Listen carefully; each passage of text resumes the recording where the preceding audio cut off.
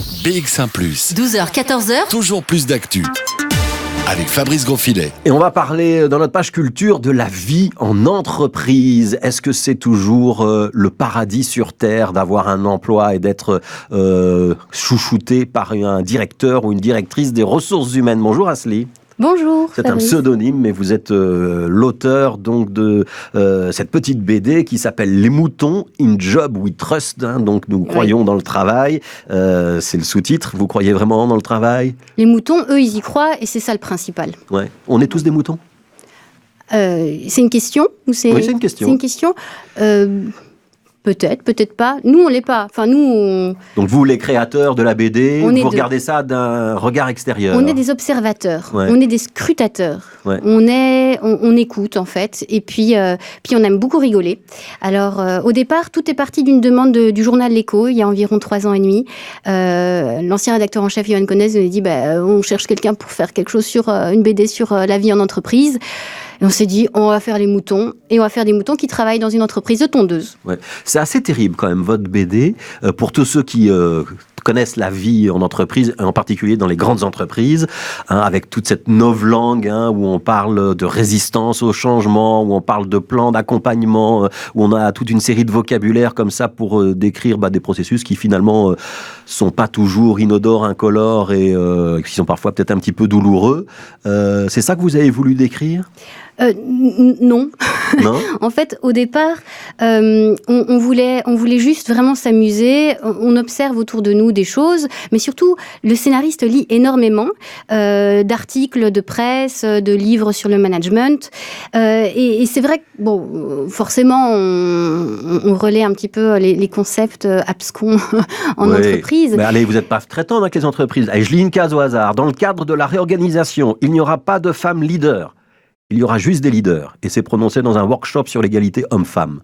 Ça dit quand même bien qu'il y a des choses qui ne tournent pas rond dans les entreprises. En tout cas, s'il y a quelque chose qui tourne pas rond, on n'a pas l'ignominie sélective.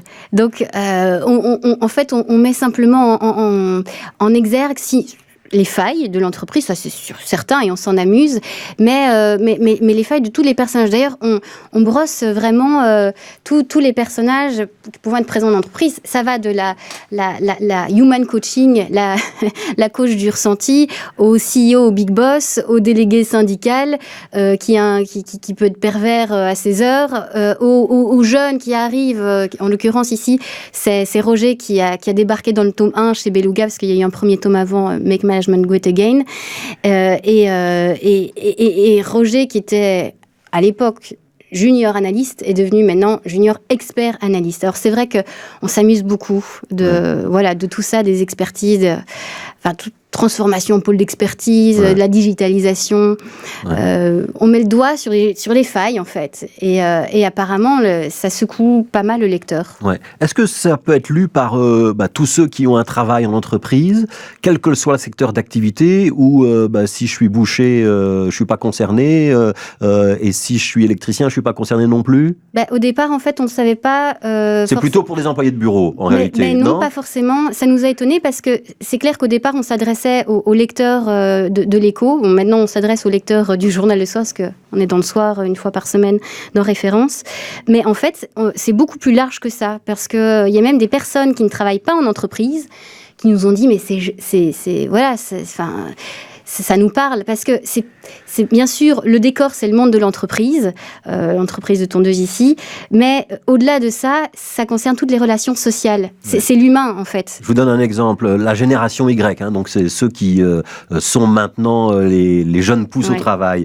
La génération Y n'aime pas les codes traditionnels du monde du travail. C'est ce qu'explique donc un cadre dirigeant. Des idées pour intégrer les membres de cette génération dans vos directions en vue de la réorganisation, demande-t-il aux collaborateurs. Un grand silence, il y en a un qui répond « On va attendre qu'ils vieillissent ». Voilà, c'est l'interpellation de l'Operational Excellence Manager, qui est en fait le psy d'entreprise. Et tout est dit. En fait, l'important pour nous, c'est d'être percutant en 2, 3, 4 cases maximum. Et c'est peut-être ce côté percutant-là qui interpelle tout le monde. Ouais, allez, vous m'avez dit tout à l'heure, non, on ne dépeint pas un monde de l'entreprise si terrible comme ça. Mais je suis désolé, quand j'ai lu Les Moutons, moi je me suis dit, alors j'ai reconnu plein de choses dans des grandes entreprises dans lesquelles je suis passé et que je ne vais pas citer, mais je me suis dit, oh, mais finalement, c'est quand même assez bien vu, et finalement, on nous prend vraiment pour des moutons. Merci, parce qu'on le prend comme, on le prend comme un compliment. En l'occurrence, je parle pour le scénariste aussi. Disons que pour nous, c'est pas que c'est terrible ou pas terrible.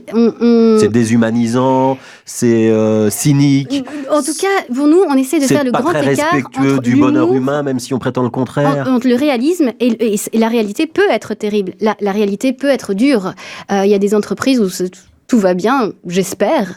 Il y a des entreprises où tout va mal. Il y a des entreprises où on dit que tout va bien. Je ne sais pas si on pourrait rire du tout va bien. Si on riait du tout va bien, alors nous, on rit un peu du tout va pas si bien que ça. C'est plutôt ça, en fait. On va marquer une pause. Et juste après la pause, vous allez nous lire, nous interpréter. J'ai fait 2-3 extraits, mais on va attendre l'auteur interpréter 2-3 extraits des Moutons. Merci.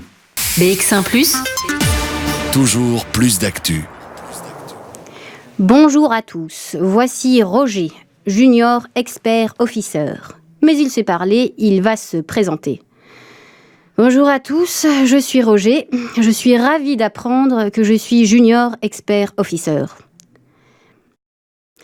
Quand je parle en public, je rougis. Répète après moi.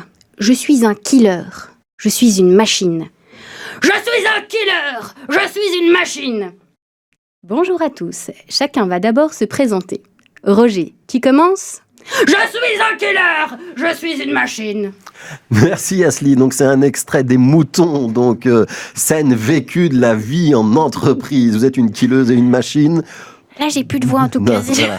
Donc c'est un duo, hein ? C'est un duo, oui, écrit, oui, tout à fait. Qui écrit, qui dessine ? Le scénariste, c'est mon collègue, et moi je suis la dessinatrice. Donc Asli et ces deux personnes, et donc vous êtes la dessinatrice. Voilà. C'est important que ce soit en 3-4 cases. C'est ça qui donne le rythme et qui fait que c'est percutant. Au départ, c'était le format aussi du journal, puisque tous ces dessins qui sont parus dans cette BD sont quasi tous, il y a quand même des inédits, proviennent en fait de dessins de presse. Donc, et c'est super important parce que le ton de 3-4 cases c'est la grande tradition quand même des comic strips américains où on avait une petite bande dans un journal et il fallait qu'en 3 cases, le gag tombe à la fin. Exactement. Ouais, on y arrive à tous les coups.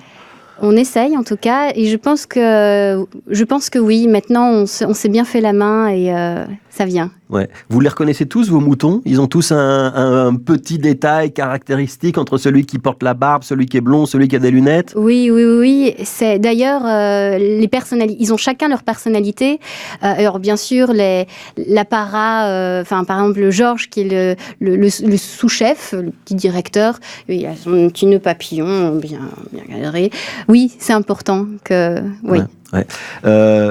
Vous n'avez pas des commandes des entreprises ? Si, parfois. Parce que c'est un magnifique cadeau de fin d'année lorsqu'on fait la Saint-Nicolas dans les grandes entreprises. Oui, je sais que pour le tome 1, il y a eu pas mal de commandes. Il y a eu, l'UCM, l'Union des classes moyennes aussi, CCIB, tout ça. On est fort suivi par le milieu des entreprises, même si le grand public suit aussi. Alors ça, c'est super. Oui, c'est un bel appel. Il faut acheter les BD pour les mettre, les moutons, la BD des moutons pour mettre sur Salpin. Salpin d'entreprise, c'est très bien. Merci Asli. Donc ça s'appelle Les Moutons, In Job We Trust. Donc c'est la suite d'un premier opus. C'est aux Renaissance du livre. Voilà. In Job We Trust. Voilà. Et on peut vous retrouver donc également dans le supplément référence du quotidien le soir. Oui. Si vous avez envie de rire de la vie en entreprise et peut-être de votre propre vie. Donc Les Moutons. Merci Asli. Merci à vous.